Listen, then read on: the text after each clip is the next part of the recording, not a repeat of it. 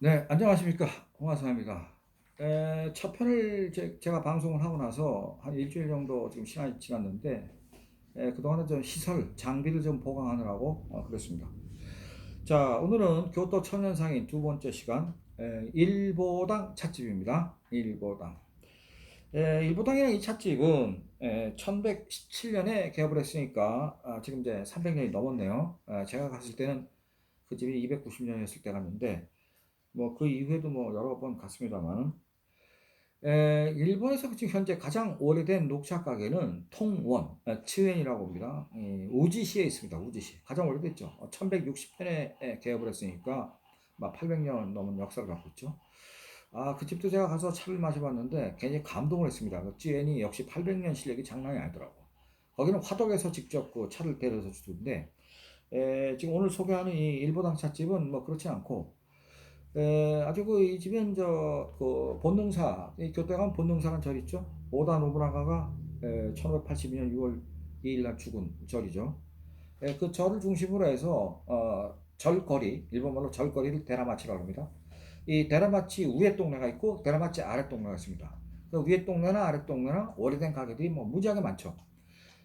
바로 그 웃동네에 일보당이 있고 아래 동네 쪽에 오래된 가게가 있는데, 역시 아래 동네 대표 선수는 부고당 문방구, 800년 역사를 갖고 있습니다.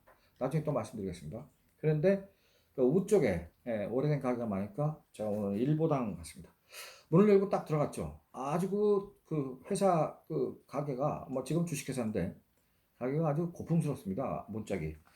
뭐 이게 보이실지 모르겠지만 이제 제가 쓴 책입니다. 제 책의 지금 내용을 가지고 이제 하는 건데, 여기 그, 에, 그 가게의 외경, 고풍스러운 외경이 좀 보이실지 모르겠습니다. 문을 열고 딱 들어갔더니 하이 이라시마세 하고 종업원들이 합창을 합니다. 우리나라 식당들은 뭐 가게를 들어가면 이렇게 뭐 어서 오세요 이런 맛이 좀 있어야 되는데 그거 안 하고 그냥 입 꾹 다물고 있는 분들이 많습니다. 이거는 손님에 대한 예절이 아니죠. 예. 그래서 들어갔더니 이 주인이, 점장이 아이 또죠 그러면서 저한테 차를 한 잔 내밀었습니다. 뭐 공짜로 주는 거니까 마셔야죠. 한 잔을 딱 들어서 마시는데 찬물이 입술을 지나서 혓바닥에 닿는 순간 차의 향기가 오장육부까지 퍼졌습니다. 아, 제가 이 차 배우려고 뭐 일본의 다도의 원조인 교토의 묘히암에 갔었는데 다도도 배워보고, 일본 동경의 오코라 호텔의 다시에서도 다도를 배워보고, 중국의 10대 명차의 고향도 가고 차도 마셔봤는데, 이렇게 중후장대한 맛을 내는 오장육부까지 향기가 퍼지는 이런 차를 마셔본 게 이 집에 처음이었어요. 그래서 이야 대단하구나. 뭐 300년 역사를 갖고 있다고 하더니 뭐 장난이 아니네. 그래서 이제 일단 그 집에 왔으니까 그 집 구경을 한번 해야 되니까 그 실내 그 매장이 굉장히 큽니다. 매장이 뭐 한 100몇십 평 될 것 같아요. 그리고 2층도 있고. 그래서 이제 매장을 딱 들어가서 봤습니다. 봤더니 오래된 항아리 단지들이 많더라고. 그래서 이제 뭐 오래된 단지가 왜 이렇게 많나? 그때 또 옆에 보니까 깡통에 넣고 플라스틱 캔을, 투명 캔을 씌워서 파는 또 녹차가 있어요. 그래서 여쭤보는데 저 항아리에 넣어서 파는 녹차는 뭐고 이 깡통에 넣어서 파는 녹차는 뭐냐? 뭐가 다르냐? 그랬더니 항아리에 넣고 파는 거는 한 봉다리에 한 100만 원 정도 하는데, 항아리 자체가 습도 조절을 자연적으로 하고 있기 때문에 차 맛이 변하지가 않습니다. 그래서 저건 좀 값이 비싸고 또 고급 차는 저기다 넣어서 팝니다. 그런데 깡통에 넣고 파는 거는 깡통 속에 그 봉다리 안에 녹차가 들어있는데 이 봉다리를 뜯어서 개봉을 해가지고 차를 타서 마시고 넣고 하다 보면, 아파트에 사시는 분들은 아파트가 건조하기 때문에 그 찻잎이 시간이 지나면 지날수록 바짝 말라서 차의 원래의 맛이 제대로 나지 않습니다. 그래서 깡통에 파는 거는 싼 겁니다. 5만 원짜리, 10만 원짜리. 그런데 저 항아리 속에 넣고 파는 거는 보통 50만 원 이상, 100만 원짜리 이런 거만 팝니다. 저건 차 맛도 변하지도 않을 뿐만 아니라 그만큼 비싼 차를 거기다 넣어서 팔고 있는 겁니다. 그래서 아 그렇구나.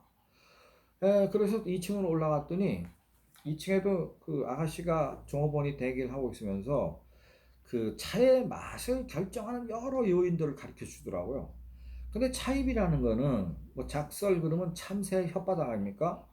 그러니까 뭐 우리 손톱만한 찻잎이죠. 그걸 이제 말려서 덮은 건데 그 찻잎을 1000배로 확대해 가지고 이만하게 해 놓고 차의 그 잎에 줄기가 있는데 그 줄기를 1, 2, 3, 4, 5, 6, 7, 8 면을 놓고 그 한 면마다 나는 그 차의 맛이 틀리다라는 거를 가르쳐 주는 거예요.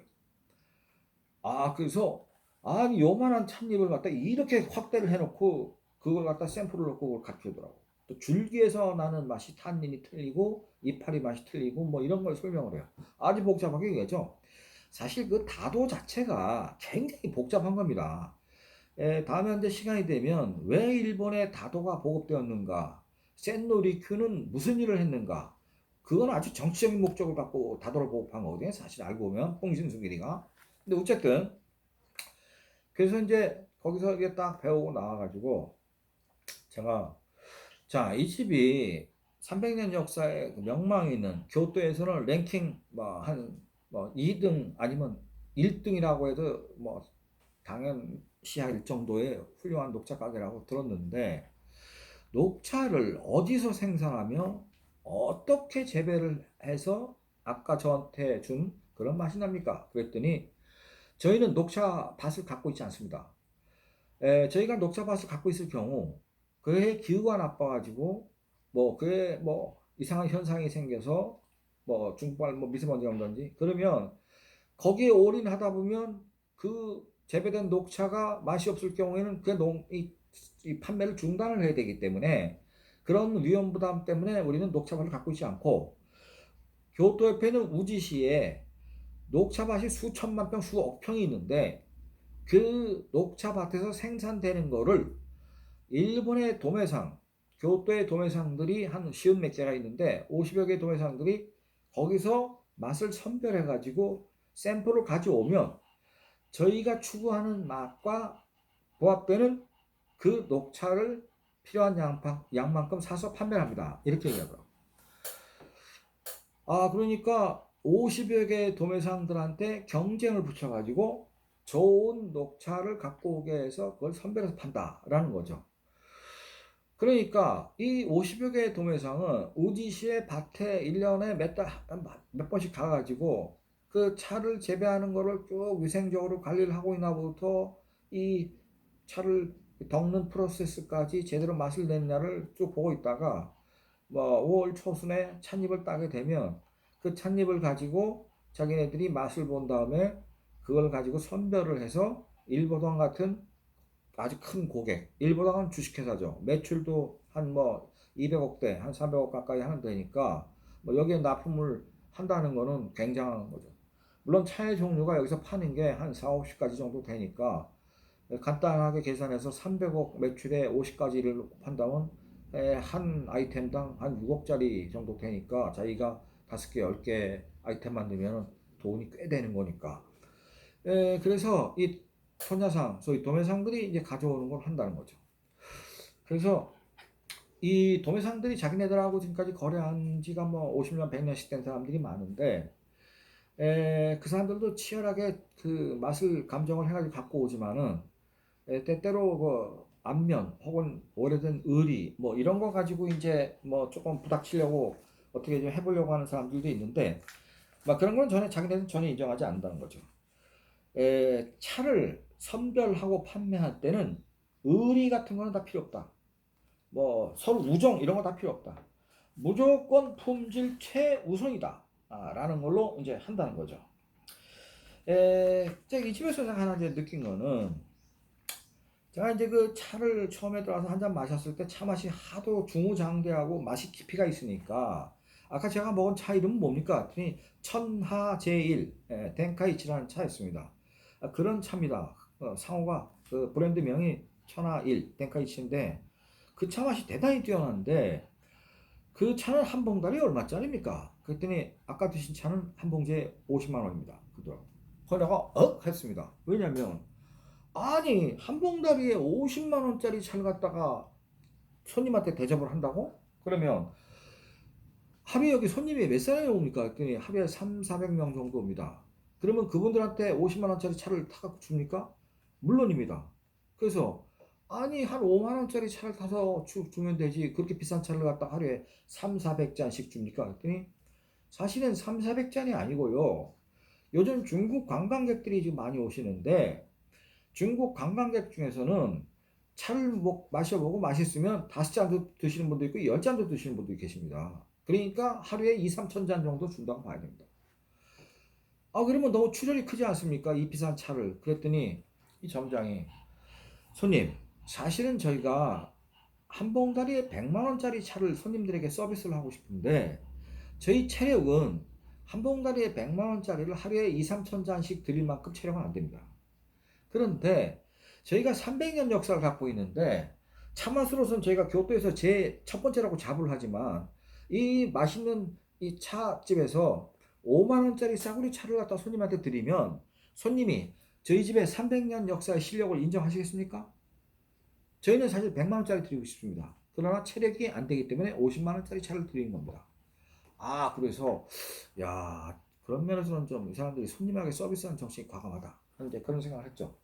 그리고 제가 이제 그 이 차를 이 아주 이렇게 깊은 맛을 내는 거는 처음인데 여기에 어떤 거를 넣습니까? 보통 식재료의 맛을 결정하는 거는 통상적으로 질소입니다. 이 질소를 어떻게 처리해서 넣느냐가 그 음식의 맛을 결정하거든요. 특히 뭐 메론 같은 거는 아주 그 질소 처리 기술이 가장 중요합니다.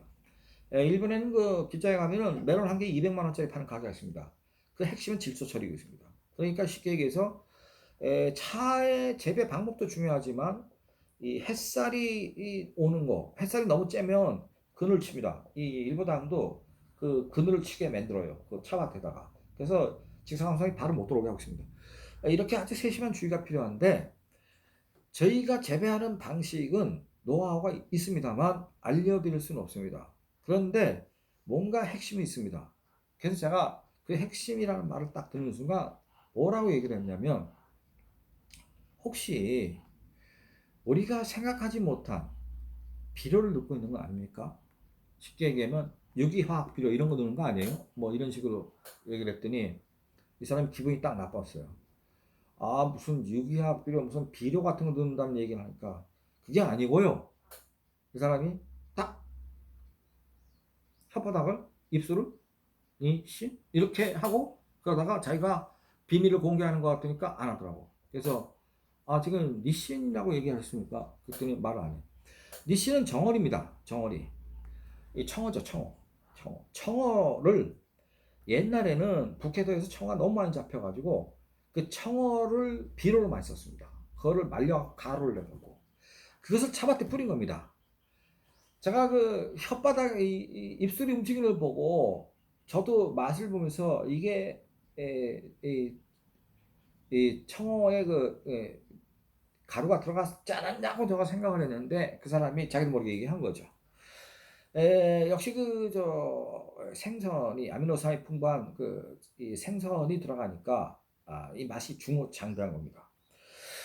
일본항은 그 고객 관리를 어떻게 하냐면 이 사람들은 거의 자기 가게에 찾아와서 그 물건을 사는 분들도 뭐 소중하다고 생각하지만은 일본 사람들은 통상적으로 한번 단골 손님이 되면은 기본 30년이고요. 오래된 사람들은 몇백 년씩 갑니다. 대를 물려가면서 그 가게에 옵니다. 그리고 명절날 때 이 가게에 대도 주문을 내죠. 그래서 이렇게 그 자기네하고 오랜 인연을 갖고 있는 고객이 2만 명이 넘습니다. 그 리스트를 갖고 있죠. 그래서 새로 해차가 나오면 해차가 나왔다고 샘플도 보내주고 메일링도 합니다. 이렇게 해서 2만 명에 대한 고객을 춘화 추동하고 관계없이 명절날 뭐 오봉 추석 때 해가지고 계속 리마인드 시키는 겁니다.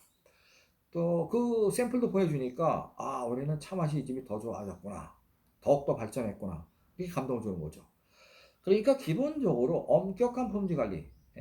두 번째로는 그 고객을 아주 잘 관리한다. 그 다음에 맛을 추구하는 면에서는 절대 양보하지 않는다 라는 게 간단하게 얘기해서 일보당 300년의 노하우였습니다. 이렇게 차를 하나 만드는데도 아주 온 정성을 다해서 하는 게 일본 사람이고, 특히 이 교토의 녹차가 워낙 유명하니까 경쟁도 워낙 치열하기 때문에 녹차가 무지하게 많죠. 그래서 일보당은 그렇게 해서 300년을 살아왔다 하는 것을 제가 일보당에서 배울 수 있었습니다. 감사합니다.